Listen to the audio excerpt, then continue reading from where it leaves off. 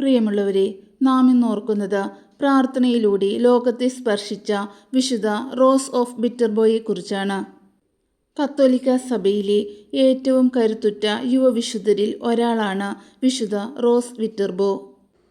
13-ാം നൂറ്റാണ്ടിൽ ഇറ്റലിയിൽ ജനിച്ച ഈ കൊച്ചു പെൺകുട്ടി തൻ്റെ അസാധാരണമായ പ്രസംഗപാടവത്തിലൂടെയും ദൈവഭക്തിയിലൂടെയും ഒരു നഗരത്തെ മുഴുവൻ മാനസാന്തരത്തിലേക്ക് നയിച്ചു.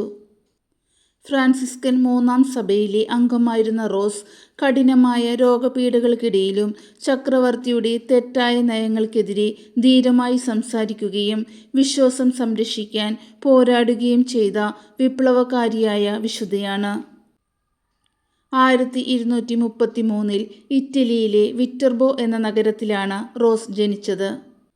ദരിദ്രരും എന്നാൽ ഭക്തരുമായ മാതാപിതാക്കളുടെ മകളായി വളർന്ന റോസ് കുട്ടിക്കാലം മുതലേ പ്രാർത്ഥനയിലും ഏകാന്തതയിലും സമയം ചെലവഴിക്കാൻ ഇഷ്ടപ്പെട്ടിരുന്നു.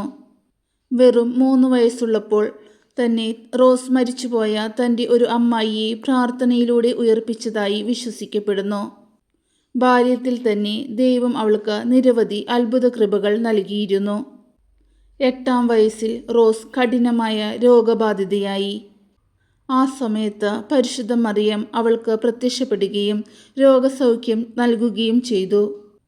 ലോകത്തിനു മുന്നിൽ സുവിശേഷം പ്രസംഗിക്കാനും പാപികളെ മാനസാന്തരപ്പെടുത്താനും അമ്മ അവളോട് ആവശ്യപ്പെട്ടു. അമ്മയുടെ നിർദ്ദേശപ്രകാരം അവൾ ഫ്രാൻസിസ്കൻ സഭയുടെ വസ്ത്രം സ്വീകരിച്ചു. ഒരു സന്യാസിനിയെപ്പോലെ ലളിതമായ ജീവിതം നയിച്ചുകൊണ്ട് അവൾ തെരുവുകളിൽ കുരിശും പിടിച്ചു നടന്ന് ക്രിസ്തുവിനെക്കുറിച്ച് പ്രസംഗിക്കാൻ തുടങ്ങി. വളരെ ചെറിയ പ്രായമായിരുന്നിട്ടും റോസിൻ്റെ വാക്കുകൾക്ക് വലിയ സ്വാധീനമുണ്ടായിരുന്നു.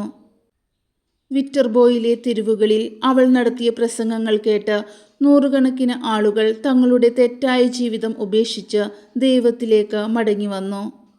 അക്കാലത്ത് ഫ്രെഡറിക് 2-ാമൻ ചക്രവർത്തി സഭയ്ക്കും മാർപ്പാപ്പയ്ക്കും എതിരെ പ്രവർത്തിച്ചിരുന്നു.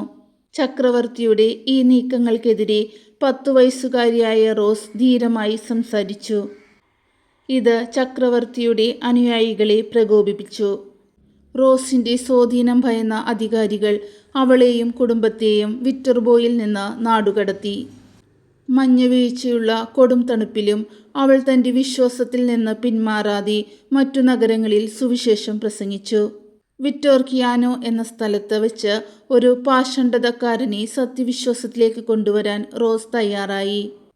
അത്ഭുതകരമായി ആളിക്കത്തുന്ന തീയിനുള്ളിൽ 3 മണിക്കൂർ നിന്നിട്ടും അവൾക്ക് ഒരു പരിക്കും ഏറ്റില്ല. ഇത് കണ്ട് അനേകർ വിശ്വാസത്തിലേക്ക് കടന്നുവന്നു. ചക്രവർത്തിയുടെ മരണശേഷം അവൾ വിറ്റർബോയിലേക്ക് മടങ്ങിയെത്തി. അവിടെ ഒരു സന്യാസിനി മഠത്തിൽ ചേരാൻ അവൾ ആഗ്രഹിച്ചെങ്കിലും അധികാരികൾ അനുവാദം നൽകിയില്ല. തുടർന്ന് വീട്ടിൽ തന്നെ പ്രാർത്ഥനയിൽ കഴിഞ്ഞ റോസ് 1251 തൻ്റെ 18-ാം വയസ്സിൽ അന്തരിച്ചു. റോസ് മരിച്ച് 7 വർഷത്തിന് ശേഷം അവളുടെ ശരീരം പുറത്തെടുത്തപ്പോൾ അത് അഴുകാത്ത നിലയിൽ കാണപ്പെട്ടു. ഇന്നും അവളുടെ ശരീരം വിറ്റർബോയിലെ മഠത്തിൽ കേടുകൂടാതെ സൂക്ഷിച്ചിരിക്കുന്നു.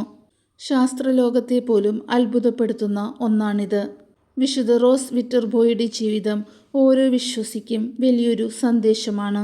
പ്രായമോ സാഹചര്യങ്ങളോ ദൈവത്തിനു വേണ്ടി പ്രവർത്തിക്കുന്നതിന് ഒരു തടസ്സമല്ലെന്ന് അവൾ തെളിയിച്ചു. സത്യത്തിനു വേണ്ടി നിലകൊള്ളാനും ഏത് കഷ്ടപ്പാടിലും വിശ്വാസം സംരക്ഷിക്കാനും അവൾ നമ്മെ പഠിപ്പിക്കുന്നു.